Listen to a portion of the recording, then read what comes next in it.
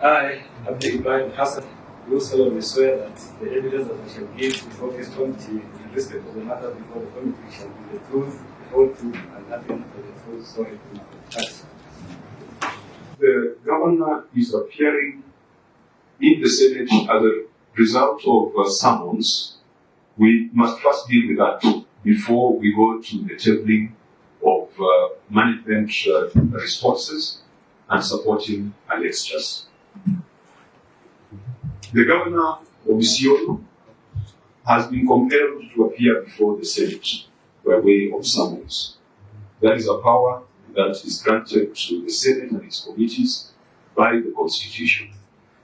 The summons arose as a result of a fruitless visit that the Senate paid to Isiolo County, where the Senate was supposed to prosecute the agenda that it is prosecuting today. To put all this in context, I will request the clerk of the committee just to take us through the chronology of events leading to the ill-fated Isiolo visit and leading to today's meeting, so that we understand what has been going on, and then we will have to have some conversation as a committee and hear from the governor before we give directions on how to proceed. This committee has invited the governor of Isiolo 5 times, and each occasion the governor has found a reason not to appear before this committee. And it is for that reason that we issued summons to compel the appearance of Governor Guyo before the Senate. Now, members, this is unprecedented. I don't think there is a county which has defied or which has generated reasons for an appearance more than Isiolo. The narration that the clerk has read begins on the 22nd of February 2023. We are now in end of April 2024. So for 1 full year, it has been a back and forth with Isiolo County. Members, we have deliberated on the concept of contempt of parliament and what repercussions should befall those who seem to take a contemptuous view of parliament and its committees. It is for that reason that the House recently gave stronger effect to the Powers and Privileges Act, so that those who undertake activities that appear to be contemptuous of parliament can feel the pain through enhanced fines. And I think there's a conversation that is going on where we need to frame the offences, because contempt of parliament is an offence under the Parliamentary Powers and Privileges Act. We did the summons, and it would appear that that is the reason why the governor is here. But while we were in Isiolo, we also deliberated on the issue of fines that is provided for under the Parliamentary Powers and Privileges Act.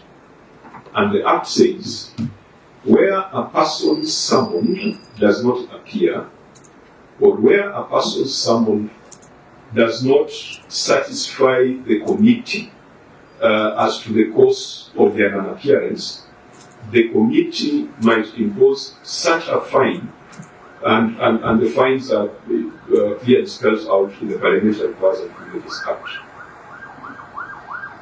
We consulted the legal department, and they have advised that inasmuch as we have the power to issue fines, and the fines should be a deterrent, the fines should also go towards underwriting some of the expenses that the committee has incurred to come to Isiolo and then not find the governor. Before we get there, we must first allow the governor to explain why he was not present when the committee had communicated in very good time that we would be visiting Isiolo. So I think at this point, I'm going to give the governor an opportunity to explain why for 5 invitations he has not found it fit and he has not seen it as a priority to honor the invitation of the Senate. Secondly, Governor, you must explain to the Senate why on the 8th of March 2024, when the committee visited Isiolo for purposes of considering these reports and doing inspection of projects, you chose not to be present. And it was not only the governor, the entire county executive was absent, with the exception of the CC for Health, whom we stumbled upon when we went to visit the mortuary. And thirdly, investigation explain why this committee should not impose the maximum fine that is provided for in the Parliamentary Powers and Privileges Act. Governor, deal with those three issues. Yeah.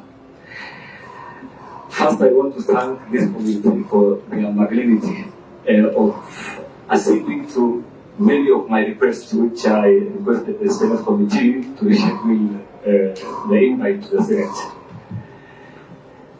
Chair, on 8th, when the committee was visiting Isiolo here, I was outside Isiolo.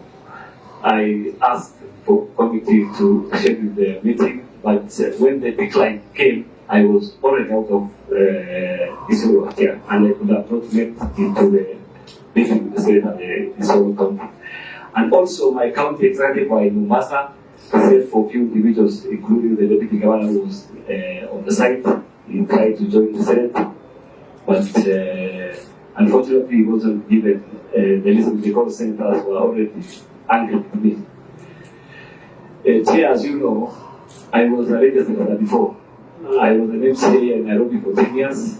As my good friend Senator Simona said, I have tremendous respect for the Senate as an institution. I know I'm accountable to the Senate. All the institutions which are mandated by the Constitution, including the COP, the Auditor General, the investigative arms of the government, the ESC, and DCI, I know I'm accountable to all of them. Senator, as an MCA, I was a minority leader by then, and also as a majority leader. I know the importance of this House, and I cannot be contemptuous to this House, Senator. I want to take this chance, Chairman, to apologize for the mistake which made senators to be angry with me. I'm going to that, Senator. I will not miss any invite from the Senate. Senator Onyaka asked if I was protecting anyone. Said I'm not protecting anyone. I know the review which is being reviewed by the Senate here is the year 2019-2020, but you know the government is perpetual, and as a governor, I'm answerable to it. Thank you, Chair. I'm not properly seized of the context and the content of those allegations, but Senator Skuna, you are talking about disparaging comments, which then would seem to be very much at odds with his apologetic demeanor today. Yes, it's as if that was Buyo and this is Abdi Ibrahim Hassan. Yes. Are you three personalities? Because you have said you even called Kayole. So, did you make those utterances as Buyo or as Governor Abdi Hassan Ibrahim?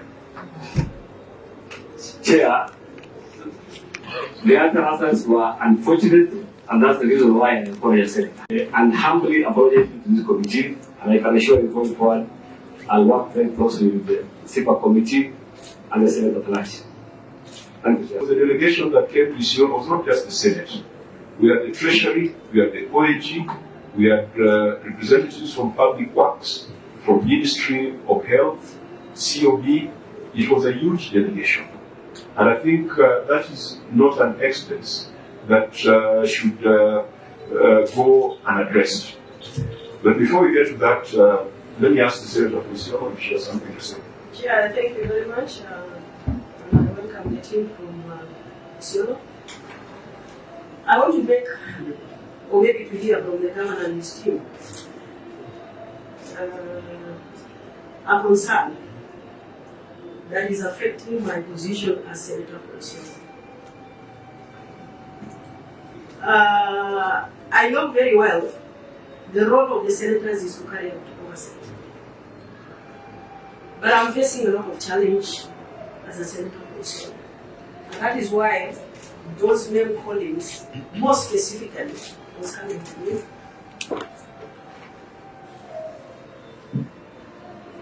And I want to ask the governor, before this committee, whether my role as a senator for Isiolo is causing challenge to his work. That is number one, because he has said in public that I'm undermining his operation as a governor. Number two, there is a lot of name calling against me that I should not carry out oversight. Yeah? And this is why I am actually elected as senator for Isiolo. So I want you to tell this committee, or rather to tell Isiolo County, I'm sure this is live, that I have a right to carry out oversight in Isiolo. I have authority to ask questions to any officer within his executive. I have a right to ask a question or any document or any evidence at the assembly. And thank you. Yes, thank you. We have seen unnecessary hostility towards senators when they are doing their jobs. And this is a concern not just for the senator of Isiolo, but for all of us. I have personally, sometimes, Governor, I go to county health facilities to see if there are drugs there. And you find people have organized women to sing out there songs disparaging to the senator. What you need to do, especially for Senator Dulu, is to assure her that you don't have a problem with the job that she does. And you see, these things might be taken very lightly, but in fact, Senator Dulu has privately shared that she is actually afraid for her life because of the job that she does. Governor, as a leader in Isiolo, as a leader in this country, it is your responsibility not to exacerbate the feelings of your supporters who might not understand the role of the Senate. You have been a legislator yourself. You used to oversight Governor so very well. I don't remember him organizing wounds, although he was, I don't know how to put it. He never organized wounds against you or Honorable Will to stop you from doing your work.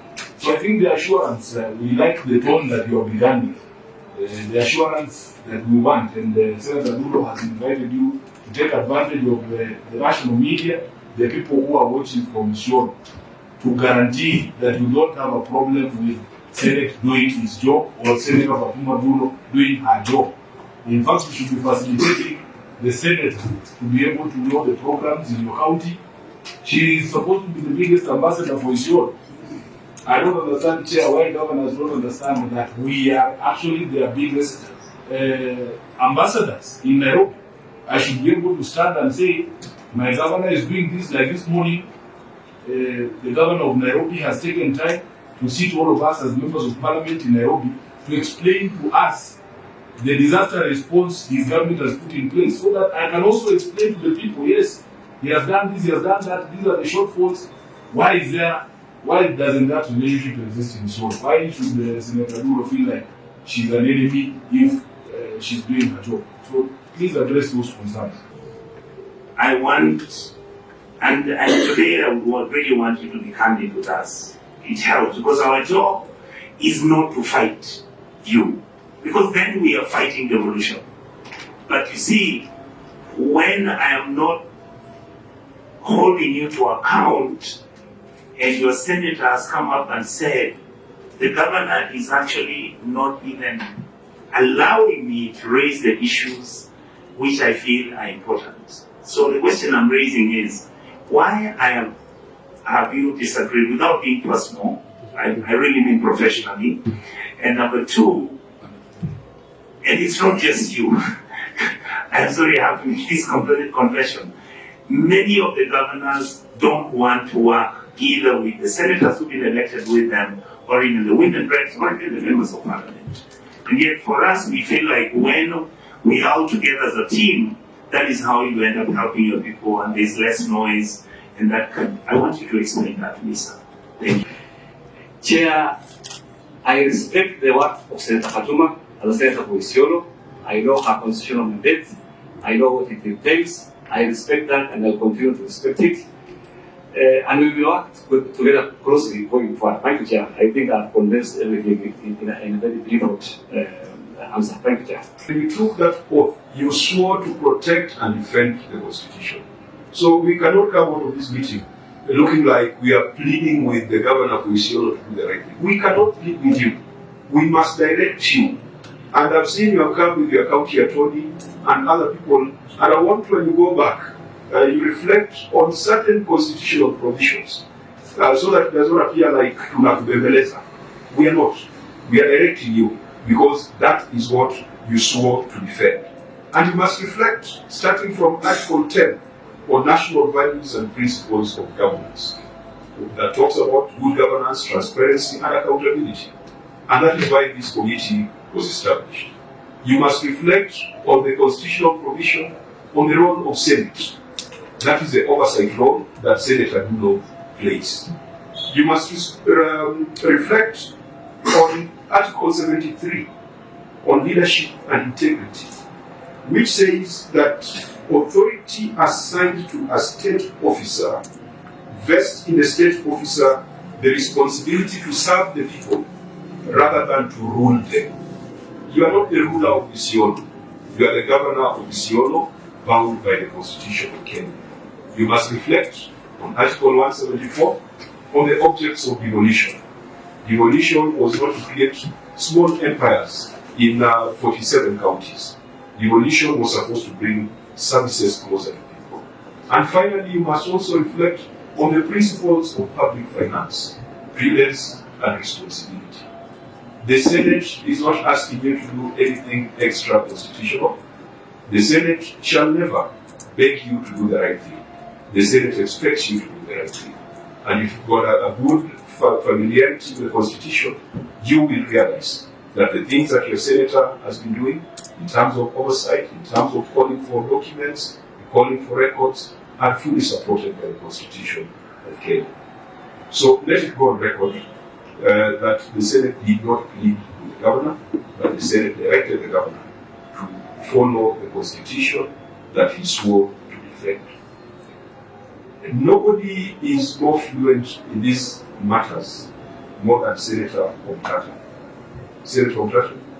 So I would pray that you formally withdraw all that you say, to set the record straight, and then apologize to us, and undertake never to repeat it, so that you can then proceed on a clean slate for what has happened. And as for the punishment, I still think that you have to deliberate on that and come to an agreement how we proceed with the punishment. But I was summoned before Isiolo, and I looked confused and lost and could not understand why, with all the challenges continuing, and as Senator Nyonga pointed out, the period under review was not your period. It was somebody else. And one of the things you should understand is that if you don't appear, then the work of the Auditor General is stuck. Because our Auditor General, out of that audit, we are supposed then to validate either to accept the report or reject it. And when we accept the report, then other law enforcement agencies can move in where there is a reason to suspect a crime. So I request that to clean the slate, you formally apologize. If you formally withdraw those comments on whatever media you made them, and then apologize for misleading first the people of Isiolo in terms of your role, and number two, for insulting the Senate. That's what I request. Let me take this opportunity and withdraw all the statement which I said in The procedure is you apologize and withdraw. You start from there. Oh, okay. Thank you, Senator. Let me apologize. Make sure the microphone. Thank you, Chair. Let me apologize and withdraw all statement pertaining to the insult to the Senate as an institution.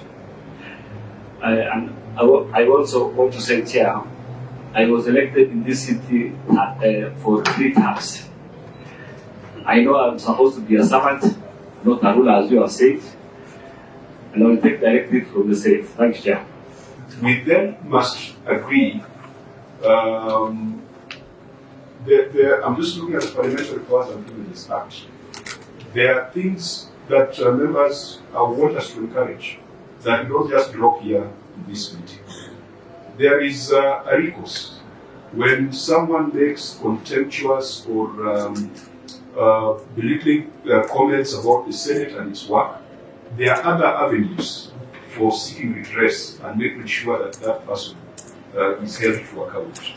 It is not just a withdrawal and apology. So that option is still open, but I think that apology and withdrawal will go on record. Where a witness sound does not appear, or appears but fails to satisfy the relevant House of Parliament or committee, the relevant House or committee will impose upon the witness such fine not exceeding 500,000 shillings, having regard to the witness condition in life and all the circumstances of the case, and a person may pay the fine under subsection 1 to the clerk of the relevant House, and Parliament or its committee may order the arrest of a person who fails to honor a summons. So there are 2 things we are dealing with here. The summons were issued, the governor has appeared.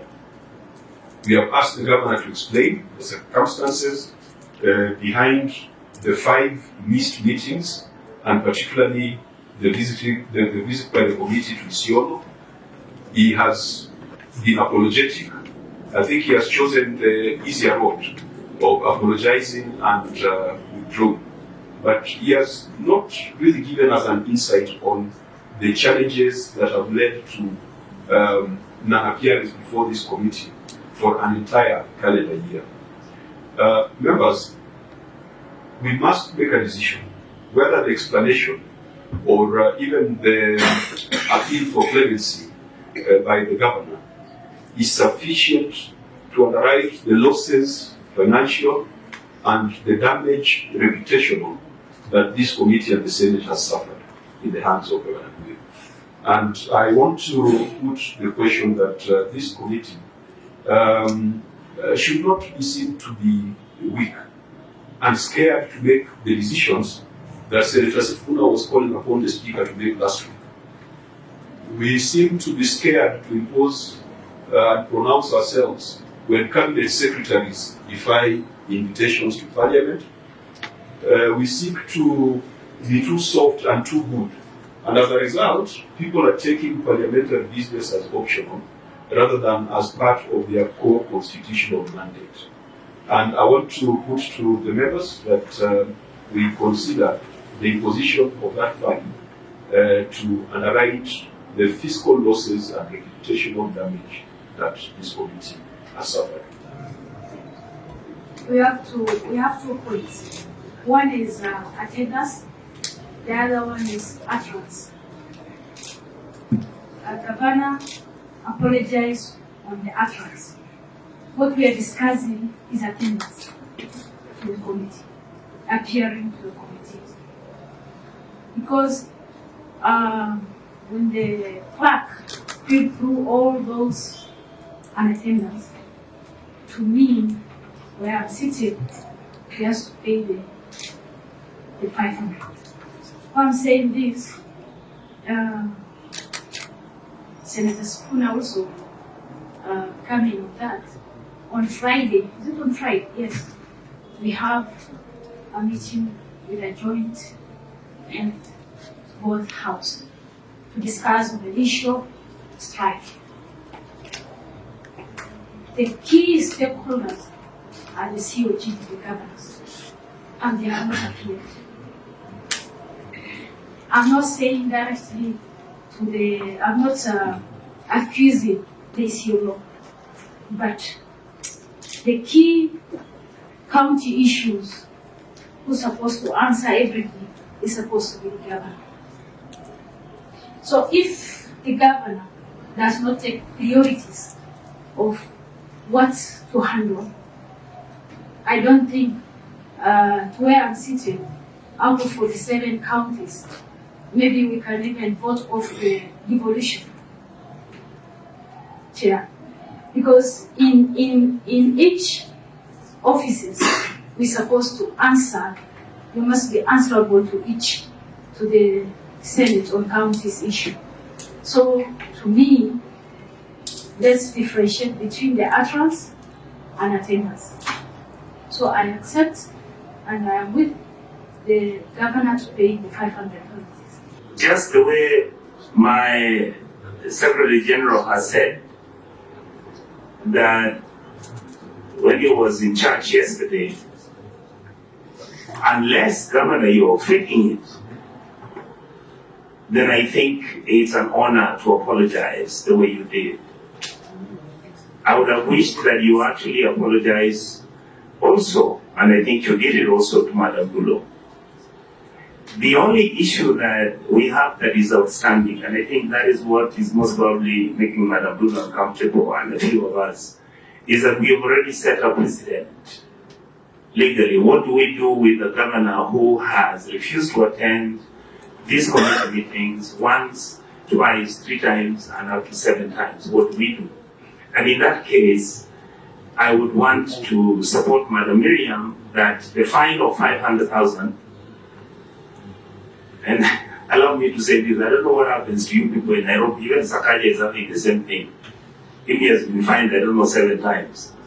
So I would say that because we have the president and we have the history, I would then mention it to the chair that I have absolutely no problem if you pay that fine. Not because of any reason, but of the fact that you understand the weightiness and the relevance of what you do. Because you see, our job is to make sure we facilitate the evolution for you as governors. If you don't come for our meeting, and our relationship should never be adversarial. We should never fight. That is the most painful thing with all these committee members. We are caught in between. Do we fight? Then we as senators look like we want to be governors, and yet many of us don't want to be governors. We just want to do our job, make sure you perform. You see, if Isiolo performs, you succeed and Madam Bulo succeeds. When we were on the ground, we actually